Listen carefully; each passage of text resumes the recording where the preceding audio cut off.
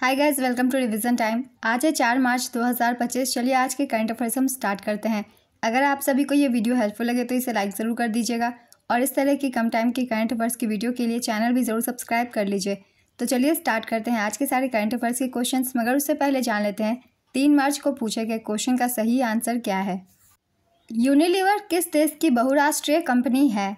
Option A America, option B Britain, option C Bharat, option D Australia. इसका सही answer है option B Britain. चलिए अब आज के करंट अफेयर्स हम स्टार्ट करते हैं।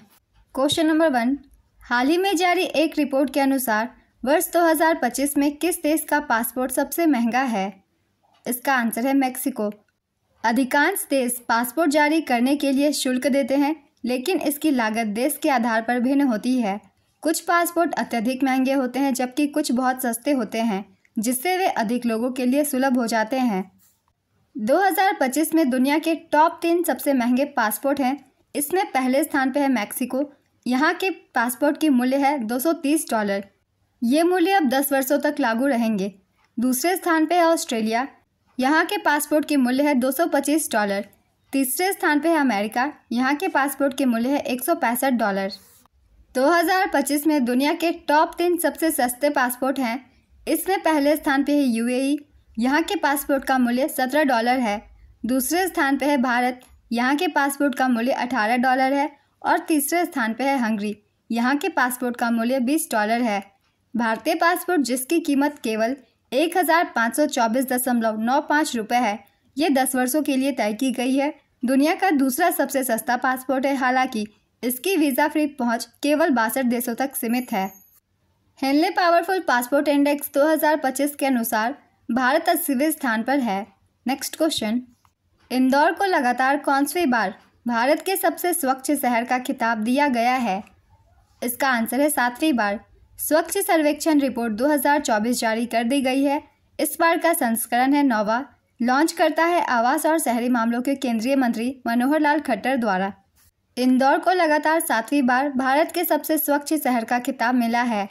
शहर ने 100% कचरा पृथक्करण, उन्नत खाद निर्माण तकनीक और डिजिटल कचरा निगरानी प्रणाली लागू करके अन्य शहरी केंद्रों के लिए एक आदर्श प्रस्तुत किया है।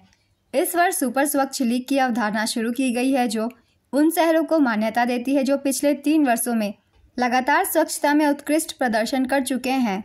नेक्स्ट क्वेश्चन, कार्बन बाजार पर पहला अंतर्राष्ट्रीय सम्मेलन प्रकृति कहाँ आयोजित किया गया था? इसका आंसर है नई दिल्ली।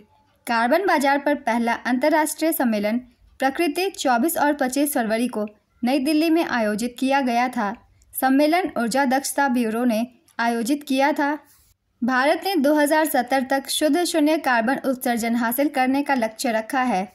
नेक्स्ट क्वेश्चन, हाल ही में राष्ट्रीय विज्ञान दिवस कब मनाया गया? इसका आंसर है 28 फरवरी।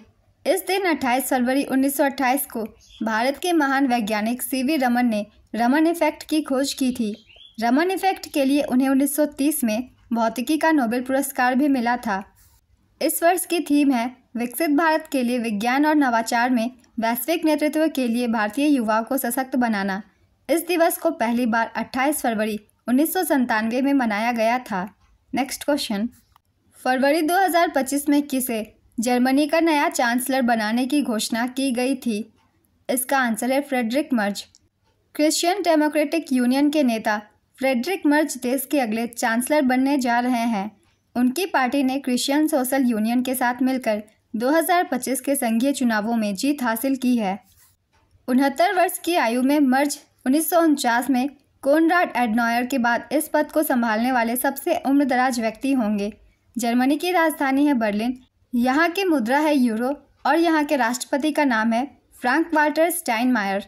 नेक्स्ट क्वेश्चन, किस आईआईटी संस्थान ने भारतीय रेलवे के सहयोग से भारत का पहला हाइपरलूप परीक्षण ट्रैक लॉन्च किया? इसका आंसर है आईआईटी मद्रास। आईआईटी मद्रास और भारतीय रेलवे ने भारत का पहला हाइपरलूप परीक्षण ट्रैक लॉन्च किया। इसे आईआईटी मद्रास परिसर तमिलनाडु में लॉन्च किया गया। ट्रैक की लंबाई है 422 मीटर, गति क्षमता है 1200 किलोमीटर प्रति घंटा तक। हाइपरलूप तकनीक चुंबकीय उत्तोलन के सिद्धांत पर काम करती है, जिसमें पॉट्स निर्वात ट्यूब के अंदर न्यूनतम घर्षण और वायु प्रतिरोध के साथ चलते हैं। यह भारत को भविष्य की परिवहन तकनीक में अग्रणी स्थान दिलाने की दिशा में एक महत्वपूर्ण कदम है। नेक्स्ट क्वेश्चन, फरवरी 2025 में संयुक्त राष्ट्र में यूक्रेन युद्ध रोकने और शांति बहाली के लिए लाए गए प्रस्ताव में अमेरिका ने किसके पक्ष में वोट किया? इसका आंसर है रूस के। फरवरी 2025 में संयुक्त राष्ट्र में यूक्रेन युद्ध रोकने और शांति बहाली के लिए लाए गए प्रस्ताव में अमेरिका ने रूस पक्ष में वोट किया है। यूक्रेन ने एक प्रस्ताव में पेश किया जिसका नाम था advancing a comprehensive just and lasting peace in Ukraine. इस प्रस्ताव में रूस से युद्ध रोकने, उसकी आक्रामकता को कम करने और अंतर्राष्ट्रीय कानूनों के तहत शांति बहाली करने की मांग की गई थी। इसे 93 देशों ने समर्थन दिया जबकि 18 देशों ने विरोध किया और 65 देश वोटिंग से दूर रहे। अमेरिका, जो पहले यूक्रेन का सबसे बड़ा समर्थक था, रूस के पक्ष में खड़ा हो गया।